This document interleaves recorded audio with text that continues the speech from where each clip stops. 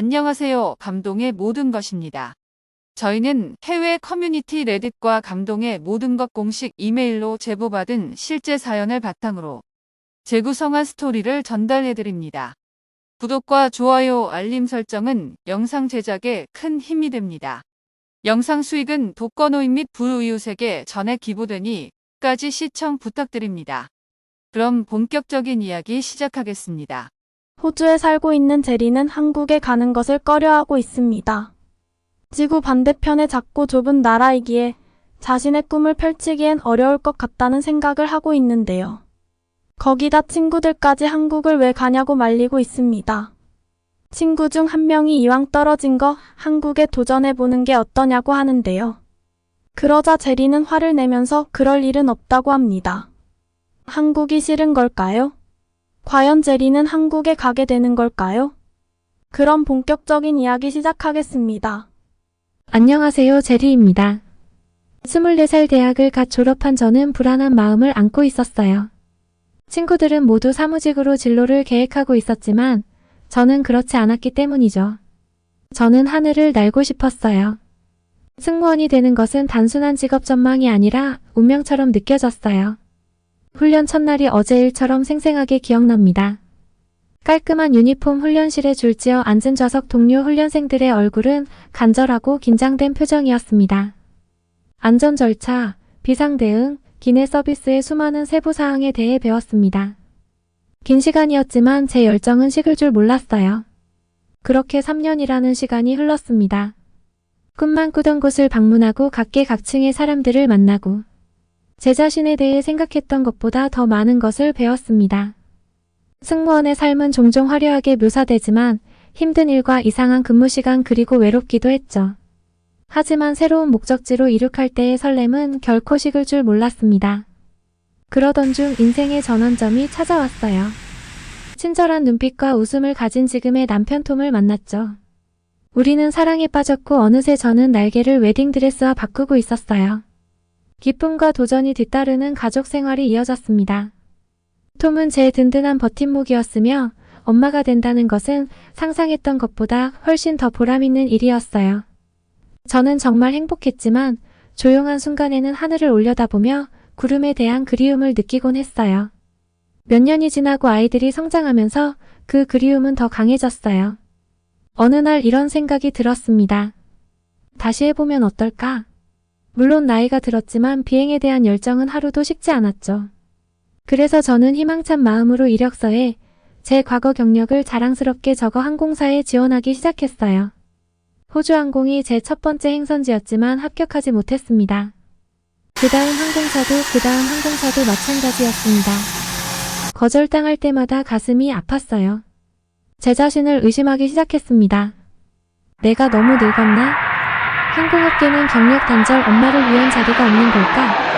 한때는 이룰 수 있을 것 같았던 꿈이 이제는 불가능해 보였고 자신감도 흔들리기 시작했어요.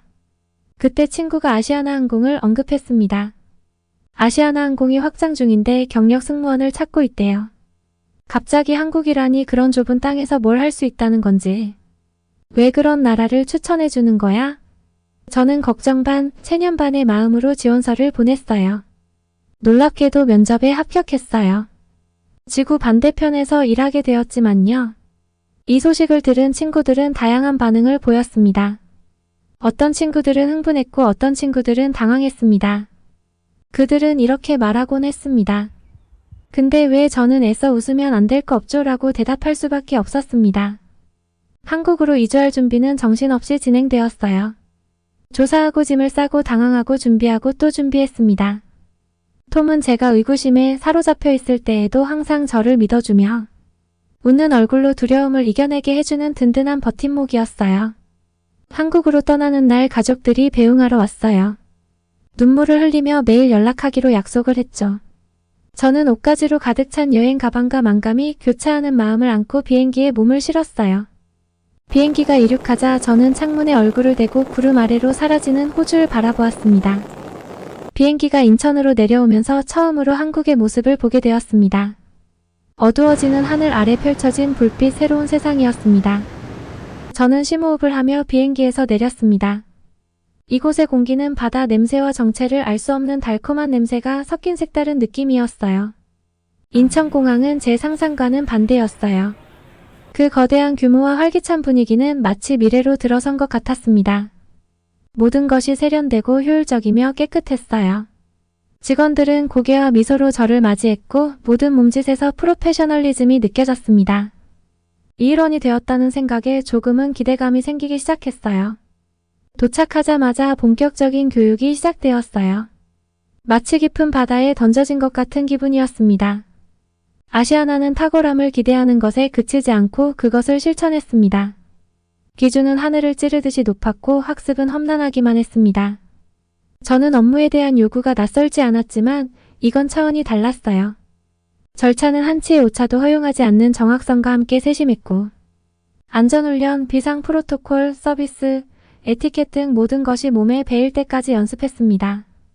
저는 동료 연수생인 수진에게 마음이 끌렸는데 그 성격은 우리 모두를 단단하게 잡아주는 것 같았어요. 수진이는 복잡한 절차를 이해하기 쉬운 단계로 세분화해 단순화시키는 능력이 있었죠. 한국에서 승무원이 된다는 것은 단순히 음료를 서빙하고 승객에게 미소를 짓는 것 이상의 일이라는 것을 금방 깨달았습니다. 존중과 겸손, 헌신에 자부심을 갖는 문화를 구현하는 일이었죠.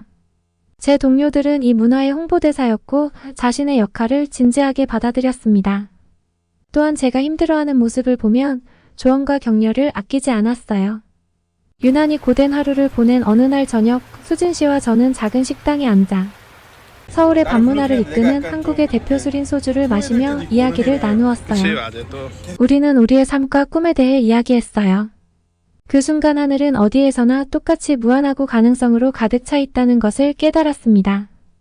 호주에 있든 한국에 있든 비행에 대한 꿈은 보편적인 것이었죠. 저는 벌써 다음 이륙, 다음 승객 그룹, 비행기가 중력을 거스르고 하늘을 나는 마법의 순간을 함께할 다음 기회를 고대하고 있었습니다. 아름답지만 신비롭고 전통적이면서도 현대적인 도시인 인천에서의 첫 며칠은 제 새로운 삶의 시작이었고 정말 대단한 시작이었어요. 거대한 공항이 있는 인천은 한국과 더 넓은 세계로 통하는 관문과도 같았습니다. 공항 자체는 경이로웠고 한국의 야망과 기술력을 보여주는 증거였습니다. 제 눈길을 사로잡은 것은 최첨단 시설이나 매끄러운 효율성이 아니라 바로 사람들이었습니다. 인천공항의 직원들은 각자의 역할을 충실히 수행하였어요. 공항을 벗어나 시내로 들어서자 인천은 마치 보물지도처럼 눈앞에 펼쳐졌습니다. 처음으로 제대로 된 한식을 먹었던 기억이 납니다. 새로운 동료들과 함께 현지 식당에 갔었죠. 식탁에는 반찬이라고 부르는 작은 접시들이 놓여 있었는데 각각 다른 색과 질감, 맛을 가지고 있었어요. 김치를 먹어보라는 권유를 받고 먹어봤는데 불같이 발효된 배추가 충격적이면서도 기분 좋은 방식으로 제 입맛을 자극했습니다. 비빔밥은 야채와 고기, 매콤한 양념을 섞은 푸짐한 밥 한 그릇에 숟가락으로 비벼 먹으면 재료들이 입안에서 어우러져 조화를 이뤘어요. 인천은 제가 회사 밖에서 새로운 삶을 꾸리기 시작한 곳이기도 합니다. 저의 안식처이자 한국의 작은 아파트를 구했어요. 제2의 고향이 되어가는 이 나라에서 경험한 새로운 추억들로 천천히 채워나갔습니다. 새로운 역할에 적응하면서 인천에 정착했고 나날이 인천의 경이로움이 저에게 더 많이 드러났습니다. 수백 년 된 사찰이 하늘 높이 치솟은 고층 빌딩 사이에 고즈넉하게 서 있고 네온사인이 켜진 거리에서 조용한 골목이 이어지는 매일 새로운 모험이 찾아오는 대조적인 곳이었죠. 그리고 수진이는 진정한 아시아나 승무원이 되려면 한국을 경험해봐야 한다고 했어요. 그래서 저는 토요일에 한국의 자랑거리라던 지하철을 타보기로 했어요.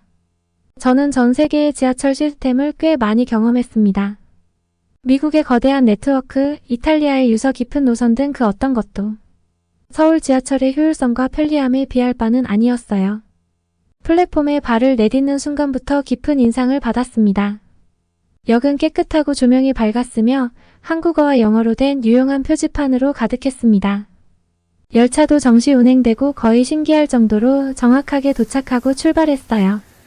하지만 무엇보다 눈에 띄었던 것은 전체 시스템이 사용자 친화적이었다는 점이에요. 호주에서 지하철을 이용하는 것은 특히 이 지역에 익숙하지 않은 경우 어려운 일이 될 수 있습니다. 이탈리아에서는 오래된 세계의 매력이 종종 혼란스러운 측면을 동반합니다. 하지만 서울에서는 자신감과 편안함을 느꼈습니다. 한국에 와서 지하철 처음 타본 일이 어제 일처럼 기억납니다. 도심의 유명한 문화중심지인 동대문 디자인 플라자로 가려고 했어요. 서울 지하철이 복잡하다는 이야기를 많이 들었기 때문에 도전할 준비가 되어 있었습니다. 하지만 놀랍게도 매우 쉬웠어요. 직관적인 매표기를 사용하고 명확한 표지판을 따라가다 보니 어느새 올바른 열차를 타고 올바른 방향으로 향하고 있었죠. 성취감으로 가득 찼습니다. 지하철이 도시를 미끄러지듯 통과하는 동안 저는 이 모든 것의 효율성에 감탄하지 않을 수 없었어요. 대중교통의 기술을 마스터한 도시, 현지인과 관광객 모두가 쉽고 편리하게 이용할 수 있는 도시가 바로 여기 있었습니다. 저에게 깊은 인상을 준 것은 지하철 시스템만이 아니었습니다. 겨울에는 온열 좌석을, 여름에는 시원한 에어컨을 갖춘 객차 등 사소한 부분도 인상적이었어요. 모든 것을 세심하게 배려하고 시민들의 요구를 예측하고 이를 실현하는 서울시의 방식이 인상적이었습니다. 하지만 저를 정말 매료시킨 것은 비용 문제였습니다. 다른 나라에서는 지하철을 타려면 꽤 많은 돈을 지불해야 하고 이탈리아에서는 물가가 예측할 수 없을 정도로 비쌉니다. 하지만 서울에서는 엄청나게 저렴했어요. $2도 안 되는 돈으로 서울 시내를 이동할 수 있었는데 편리함과 효율성에 비하면 작은 대가였죠. 지하철을 이용해 동대문 역사문화공원역에 내린 천은 나선형의 독특한 형태와 미래적인 외관의 DDP가 눈앞에 펼쳐지자 감탄을 금치 못했어요. 저는 자 하디드의 유려한 설계가 돋보이는 DDP를 둘러보며 건물의 유기적인 곡선이 어떻게 도시의 정적인 환경과 조화를 이루는지 관찰했어요. 건물 곳곳을 세심하게 살피며 독특한 형태가 만들어내는 그림자와 빛의 변화에 매료되었어요. DDP 안으로 들어간 전후는 다양한 전시회와 상점들을 구경했습니다. 그 중에서도 한국 전통 공예와 현대 디자인이 결합된 아이템들이 독특하고 예뻤어요. 특히 한국의 전통 문양이 현대적 감각으로 재해석된 액세서리와 의류에 감탄하며 몇 가지를 기념품으로 구입했어요. 저는 DDP의 야외 공간에서 잠시 휴식을 취하면서 서울의 도시 풍경을 바라보았습니다. 주변에는 다양한 사람들이 북적였고 그 중에는 디자인을 공부하는 학생들, 사진작가, 관광객 등 다양한 배경을 가진 사람들이 보였어요. 해가 지기 시작하면서 DDP의 외벽에는 환상적인 빛의 쇼가 시작됐습니다. 슈랑스는 이 빛의 축제가 건물의 구조를 강조하고 다양한 색상과 패턴으로 관객들을 매혹시킨다는 것을 깨달았어요. 저는 이 순간을 카메라에 담기 위해 열심히 사진을 찍었어요. 그리고 광장시장에 가서 빈대떡과 육회를 먹었는데 제가 가장 좋아하는 음식이 되었답니다. 몇 달 동안 전 느꼈답니다. 처음 아시아나에 입사했을 때 저는 흠잡을 데 없는 서비스, 세심한 배려, 엄격한 전문성 기준 등 한국 항공사의 명성이 세계적으로 유명하다는 것을 알게 되었어요. 하지만 이러한 명성이 지상직 승무원부터 기내 승무원, 그리고 동료 승무원들까지 한 사람 한 사람의 헌신의 결과라는 사실은 미처 몰랐습니다. 또한 번역하기는 어렵지만 애정, 연민, 공감 사이에 어딘가에 있는 한국어 개념인 정의 중요성도 배웠습니다. 특히 까다로운 승객을 대할 때나 고향에 있는 가족이 보고 싶을 때 동료들이 저에게 건네준 것은 바로 정이었습니다. 또한 모든 승객에게 서비스뿐만이 아닌 따뜻함과 유대감을 전하고자 했던 것도 정이었어요. 이러한 환대의 교훈은 기내를 넘어서도 이어졌습니다. 한국에서 저는 수많은 친절의 사례를 접했습니다. 자랑스럽게 가게를 안내해준 상점 주인, 붐비는 식당에서 저와 자리를 함께한 낯선 사람, 고개를 끄덕이며 인사하고 호주에서의 삶에 대해 호기심 어린 질문을 던져준 이웃들. 모든 상호작용은 한국인의 따뜻한 정이 담긴 모습들이었습니다. 문화적 차이를 좁히는데 점점 더 능숙해지면서 한국식 컨대의 뉘앙스를 흡수하는 저를 발견했습니다. 존경과 환영의 적절한 균형을 유지하며 인사하는 법, 의무가 아닌 선물처럼 느껴질 정도로 섬세하게 도움을 제공하는 법, 말이 통하지 않을 때 미소와 몸짓으로 소통하는 법 등을 배웠습니다. 아시아나항공 승무원 교육은 최고만이 합격할 수 있는 엘리트 사관학교에 입학하는 것과 같았어요. 철저한 준비와 끊임없는 훈련 국제 승무원으로서 저는 전 세계 고객의 관습과 전통에 민감해야 했습니다. 여러 언어로 인사하는 법, 문화적 뉘앙스를 파악하는 법, 다양한 승객의 요구를 우아하고 효율적으로 수용하는 법을 배웠습니다. 시간이 지나면서 저는 한국어를 더 많이 익히기 시작했고, 한국어로 농담도 하고 호주에서의 생활 이야기를 나누고 그들의 이야기에 귀 기울이는 법을 배웠어요. 우리는 서로 다른 세계에서 왔지만 하늘을 공유했고 그것만으로도 우정을 쌓기에 충분했습니다. 당신은 우리 일원이에요. 그 말의 진심이 뼛속 깊이 느껴졌습니다. 제가 진정으로 한국의 마음을 이해하게 된 것은 한국에 머무는 동안이었습니다. 쉬는 날에는 서울의 고궁을 돌아다니며 고풍스러운 위엄과 현대적인 경치가 극명한 대조를 이루는 서울의 궁궐을 둘러보았습니다. 산봉우리가 하늘에 닿을 듯이 뻗어 있어 마치 두루마리 그림 같은 풍경을 선사하는 산에 오르기도 했죠. 제가 한국을 포용하자 한국도 저를 포용해 주었어요. 동료들과 함께 풍성한 음식과 따뜻한 정을 나누며 한가위 추석을 축하했습니다. 서울에 첫눈이 내렸을 때의 설렘, 설탕처럼 도시에 흩날리는 눈송이의 감동을 느꼈습니다. 제 직업은 바다와 대륙을 가로지르는 세계와 세계를 잇는 달이었습니다. 하지만 한국으로 돌아올 때마다 이제는 고향이라고 생각하는 곳으로 돌아가는 것이었습니다. 서울의 하늘, 공항의 떠들썩함, 길거리, 음식 냄새 등 모든 것이 호주 고향의 거리만큼이나 제게 친숙했습니다. 첫 면접의 불확실함부터 인천공항을 통과하는 자신감 넘치는 발걸음까지 제 여정을 되돌아보니 성장과 변화, 그리고 한때는 꿈만 꾸던 모험으로 이어졌던 길이 보입니다. 제 이야기는 꿈을 쫓고 새롭게 시작하고 하늘을 향해 도전하기에는 결코 늦지 않았다는 믿음을 증명하는 증거입니다. 저는 잘 알지도 못하는 나라에서 많은 사람들이 제게 끝났다고 생각했던 커리어에 도전했고 그 결과는 상상도 할 수 없었던 방식으로 보상을 받았습니다. 경유지와 이륙 그리고 한국과 그 너머를 포용하기 위해 이 자리에 섰습니다. 무한한 가능성을 품고 있는 하늘과 저를 그곳으로 데려다준 아시아나 항공을 위하여 감사의 인사를 전합니다. 한국과 아시아나 항공이 저에게 좋은 기회를 주어서 정말 감사해요. 저 성형수술 하려면 얼마나 들까요? 죄송하지만 성형수술이 불가합니다. 돈은 얼마든지 드린다고요. 당장 견적 내줘요. 그렇다면 원하시는 대로 해드리지요.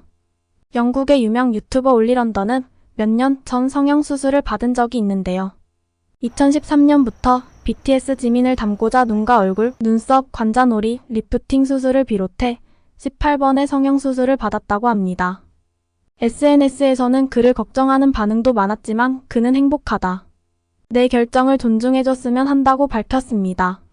성형수술은 외모지상주의냐 하는 비판도 있지만 외모를 통해 자신감을 가지고 인생을 업그레이드한 경우도 많은데요. 오늘은 영국의 한 회사에서 마케팅 업무를 보는 메이 씨가 한국에 방문해서 성형수술로 인생 터닝포인트를 맞이했다고 합니다. 어떤 사연인지 함께 들어보시죠. 그럼 본격적인 이야기 시작하겠습니다. 안녕하세요. 저는 영국에 살고 화장품 회사 마케팅부 팀장으로 일하는 메이입니다. 화장품 업계 쪽은 여성의 아름다움에 모든 것이 집중되어 있다 보니 꼭 모델이 아니더라도 제품을 판매하는 마케터나 영상을 담당하는 PD들도 어느 정도 외모가 받쳐줘야 하는 분야입니다. 제가 담당하는 화장품은 피부를 좋게 하는 기초 단계의 화장품이 아니라 얼굴을 더욱 아름답게 표현하는 색조 화장품을 연구하고 마케팅합니다. 눈이 뚜렷해지는 아이라인이나 마스카라, 입술을 강조하는 립스틱, 얼굴 전체 음향을 담당하는 섀도우 등 제품 라인을 출시합니다. 이곳의 색조 라인을 담당하는 마케터는 저를 포함하여 4명입니다. 치열한 경쟁 속에 각 팀에서 구성하고 출시하는 색조 화장품 라인을 개발해서 회사 내부에서 경합하고 최종 결정된 제품이 시중에 광고되고 판매되는 구조입니다. 상품 평가 때 얼마나 더 얼굴이 예쁘게 표현되는지를 평가받으려면 테스트할 모델도 인물이 좋아야 합니다. 정식 테스트가 아니다 보니 테스트 모델은 거의 팀원들이 합니다. 너무 얼굴이 크거나 못생긴 사람은 색조 화장으로 예뻐질 수 있지만 원래 예쁜 사람이 색조 화장을 하면 훨씬 이뻐지거든요. 그래서 우리 마케터들도 미모에 힘을 쓸 수밖에 없습니다. 우리 3명의 마케터는 엎치락 뒤치락하며 선의의 경쟁을 이어왔어요. 하지만 그 순위는 완전히 뒤집어졌죠. 어느 날 제 경쟁자 아내가 여름 휴가로 한국을 다녀오고 나서의 일입니다. 안나는 저보다 7살이나 많은 아이 셋 엄마였어요. 육아와 일을 병행하다 보니 얼굴이 생기가 없고 보통의 백인들이 그렇듯이 피부에 탄력도 없었죠. 안나는 화장을 열심히 하고 다녔지만 처진 피부와 흐릿한 눈매, 푹 꺼진 이마, 얇은 입술 등은 그녀를 더욱 맥없이 보이게 했습니다. 사실 안나는 실력이 정말 좋지만 제가 안내를 이길 땐 저를 포함한 우리 팀원의 화장발이 더 좋았을 때였습니다. 그런 그녀가 한국을 다녀와서는 뭔가 달라졌습니다. 그녀는 자신감이 철철 넘쳤습니다. 얼굴에 생기도 돌았고요. 저는 안나에게 무슨 일이 일어난지 궁금했어요. 여행이 힐링이라지만 한국처럼 먼 곳을 다녀오면 보통은 시차 적응이나 문화 적응 때문에 피로에 쩔어 있어야 하거든요. 하지만 안나는 너무 생기 있었죠. 안나가 한국에서 돌아온 지 2달 정도 지났을 때 색조 화장품 제품 출시를 위한 회사 경합이 있는 날이었습니다. 저는 이번 제품은 정말 자신 있었습니다. 특히 마스카라 제품은 영국에서도 유명한 화장품 회사 로레알을 모티브로 해서 그곳 제품과 유사한 정도의 컬을 만들 수 있었거든요. 속눈썹 숱이 많고 길면 눈이 10배는 예뻐집니다. 사람의 첫인상도 얼굴 윤곽과 눈에서 결정나기 때문에 저는 눈을 강조하는 제품에 대해 공부를 많이 하거든요. 이번 마스카라는 제 야심작이었습니다. 회사 경합날 저는 제 마스카라 모델 그러니까 정식 모델은 아니고 테스트 모델이라 우리 팀 직원인데 그녀에게 마스카라 전후의 모습을 심사단 앞에서 보여줬습니다. 그녀에게 생긴 놀라운 효과를 보고 모두 흐뭇해 하더군요. 안나도 저에게 정말 대단하다며 칭찬해 주었어요. 저는 우쭐해졌습니다. 승리는 내 것이라 속으로 외쳤죠. 안나팀은 곧 다가올 겨울에도 보습과 유분을 유지할 수 있는 립글로우를 소개했습니다. 아니, 겨울에는 마스크 목도리를 하기 때문에 상대적으로 립 제품을 연구하지 않거든요. 저는 안나가 감을 잃었나 싶었죠. 하지만 똑똑한 안나는 그것을 역이용해서 눈을 돋보이게 하는 마스크를 써도 목도리를 써서 입술을 가려도 이 영양제 립글로우를 꼭 쓸 수밖에 없는 제품으로 소개했어요. 안나는 심사단 앞에서 우리 팀에서 개발한 마스카라를 바르고 나서 예뻐졌죠 라고 웃더군요. 그러더니 자기 팀에서 개발한 은은한 영양 가득 립글로우를 발랐습니다. 화장이 눈과 입술이 둘 다 강조되면 안 예쁘거든요. 그래서 포인트라고 해서 눈을 강조하면 입술을 좀 죽이고 입술을 강조하려면 눈을 심플하게 하는 방법을 이용해요. 안나는 그것을 이용한 겁니다. 마스카라로 눈을 예쁘게 만들어 놓고 자기 팀의 은은한 립글로우로 마무리하면서 눈을 돋보이면서 영양까지 완벽한 화장법이라며 소개했습니다. 심사단들은 신선한 충격에 박수를 쳤습니다. 저도 놀랐어요. 제 화장품도 빛나고 아내의 입술도 빛났거든요. 저는 그녀의 얇고 마른 듯한 입술이 저 립글로우로 완전 20대처럼 통통하고 부드러운 느낌이 나는 것으로 바꿨다는 생각에 입을 다물지 못했어요. 그날 경합은 회사 최초로 공동 우승이었습니다. 나의 마스카라와 그녀의 립글로우가 세트로 출시하게 되었죠. 우승이긴 한데 뭔가 반쪽짜리 우승이라 기분이 썩 좋진 않았어요. 반면 안나는 너무너무 행복한 모습으로 심사단에게 감사의 인사를 전하고 있었죠.